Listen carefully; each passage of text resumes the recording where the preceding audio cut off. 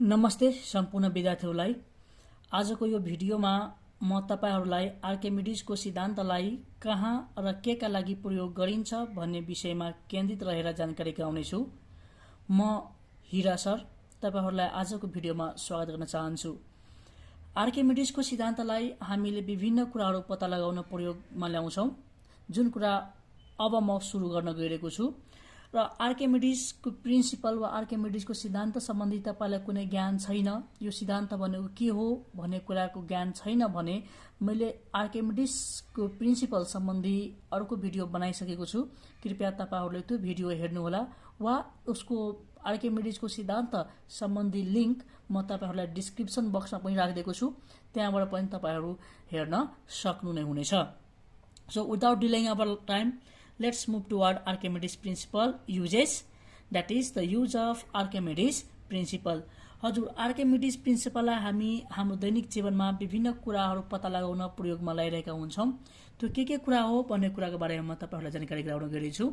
So point number 1 मा हामी भन्छौं, now यसको लागि हामी केमा प्रयोग गर्ने भन्दाखेरि कुनै पनि अब्जेक्टको भोल्युम र डेन्सिटी पत्ता लगाउनका लागि हामीले आर्किमिडीजको सिद्धान्तलाई प्रयोगमा ल्याउँछौं। अर्थात भनौं कुनै पनि वस्तुको आयत र घनत्व पत्ता लगाउनु छ भने हामीले आर्किमिडीज प्रिन्सिपललाई युज गरिरहेको हुन्छौं।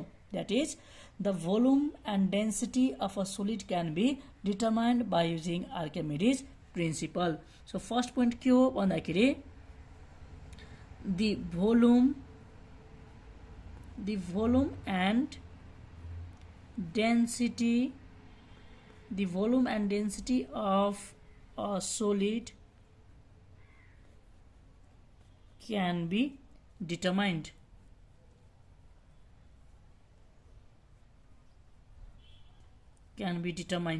Second point हामीसँग के छ भन्दा volume of cavity can be determined. मानव कुनै अब्जेक्ट छ, कुनै मानव बाकस छ, बाकस जस्तो अब्जेक्ट, त्यो अब्जेक्टको भित्रमा कति ठूलो खाल्डो छ वा त्यो अब्जेक्ट खाली छ या कुनै सामान भित्र हालेर बन्द गरेको छ, त्यो कुराहरू त्यो भाडोलाई वा त्यो बाकसलाई नखोलिकन हामीले कसरी थाहा पाउने भन्ने कुराको बारेमा पनि हामी आर्किमिडीजको सिद्धान्त युज गरेर हामी पत्ता लगाउन सक्छौं। एउटा अर्को एक्जाम्पल दिन्छु म यही पोइन्टको बारेमा कि सपोज एउटा रुख छ, रुखको त्यो ट्रङ्क जुन छ, त्यो ट्रङ्क भित्र दुलो छ कि छैन, त्यो कुरा कसरी पत्ता लगाउने भन्ने कुरा पनि हामी आर्किमिडीजको सिद्धान्त प्रयोग गरेर हामीले सजिलैसँग पत्ता लगाउन सक्छौं।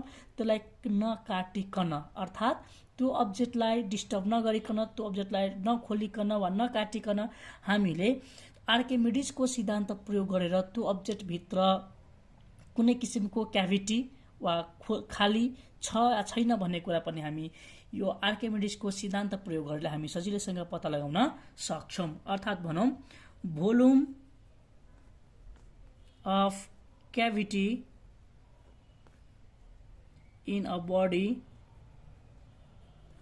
can be determined.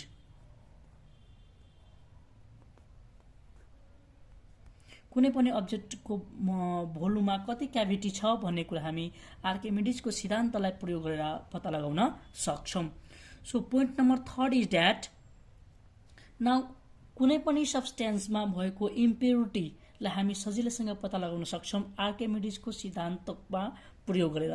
जस्तै यसको बारेमा मैले आर्किमिडीज प्रिन्सिपल वा कसरी कार्यान्वयनमा आयो, आर्किमिडीजको सिद्धान्तलाई हामी प्रयोगमा कहिलेदेखि ल्याउन थाल्यौं, आर्किमिडीज कसरी साइन्टिस्ट भए भन्ने कुराको बारेमा म स्टोरी तपाईहरुलाई भनेको थिए। यो स्टोरीमा पनि तपाईहरुले यदि सुन्नुभएको छ भने जानकारी पाउनुभयो कि आर्किमिडीज जुन छ सुनको नाउमा अरु कुरा कुनै मिक्स गरेको छ कि छैन भन्ने कुरा पत्ता लगाए बापत उसको सिद्धान्त प्रचलनमा आएको हो। त्यो दिनदेखि आर्किमिडीजको सिद्धान्त हामी प्रयोगमा ल्याइरहेका छौं भन्ने कुराको बारेमा म जानकारी गराएको थिए। अर्थात भनौं कुनै पनि दुईवटा धातुहरू मिसाएर बनाएको कुनै अब्जेक्ट छ कि छैन वा कुनै पनि अब्जेक्ट एउटै धातु मिलेर बनेको छ। जस्तै फर इक्जाम्पल सुनको अब्जेक्टमा सुनको कुनै कुरा बनाएको छ, गहना बनाएको छ र त्यो सुनको गहनामा पित्तल मिक्स गरेको छ कि छैन कसरी पत्ता लगाउने? सुन पनि हेर्दाखेरि त्यस्तै छ, पित्तल पनि हेर्दाखेरि त्यस्तै छ। अब यो दुईटाको बीचमा मिक्स गरेको छ कि छैन भन्ने कुरा कसरी पत्ता लगाउने भन्ने सन्दर्भमा हामी यो कुराहरू पत्ता लगाउनका लागि आर्किमिडिजको सिद्धान्तलाई प्रयोगमा ल्याउने काम गर्छौँ, वा भनौँ आर्किमिडिजको सिद्धान्तलाई प्रयोगमा ल्याएर हामीले कुनै पनि दिएको मेटेरियलहरूमा त्यसको इम्प्योरिटी चेक गर्न सक्छौँ। सो पोइन्ट नम्बर 3 इज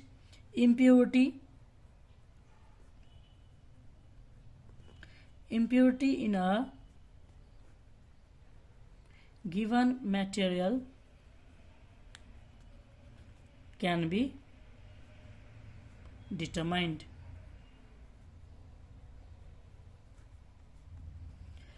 हस् त यति आज हामी आर्किमिडिज प्रिन्सिपलको 3वटा युजेसहरू प्रयोगहरू पढ्यौँ।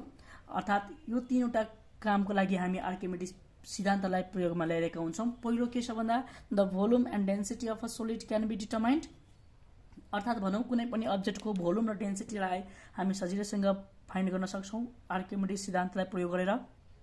त्यसरी नै volume of cavity in a body can be determined, कुनै पनि अब्जेक्टकोमा भएको भोल्युम कति क्याभिटीको भोल्युम छ त्यो कुरा हामी पत्ता लगाउन सक्छौँ।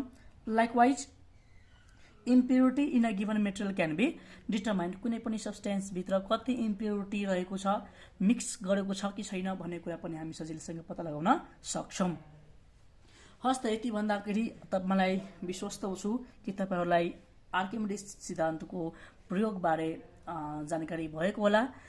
अरू कुराहरू केही तपाईँलाई जिज्ञासा छ, केही कुरा बुझ्नु छ भने, कुनै टपिकमा तपाईँहरूलाई कुनै डिटेल रूपमा भिडियो चाहिएको छ भने तपाईँहरूले कमेन्ट बक्समा कमेन्ट गर्न सक्नुहुन्छ। समय मिलाएर म त्यो टपिकमा तपाईँहरूलाई भिडियो उपलब्ध गराउने जमर्को साथ आजको भिडियोबाट बिदा लिन चाहन्छु। हस्त नमस्ते।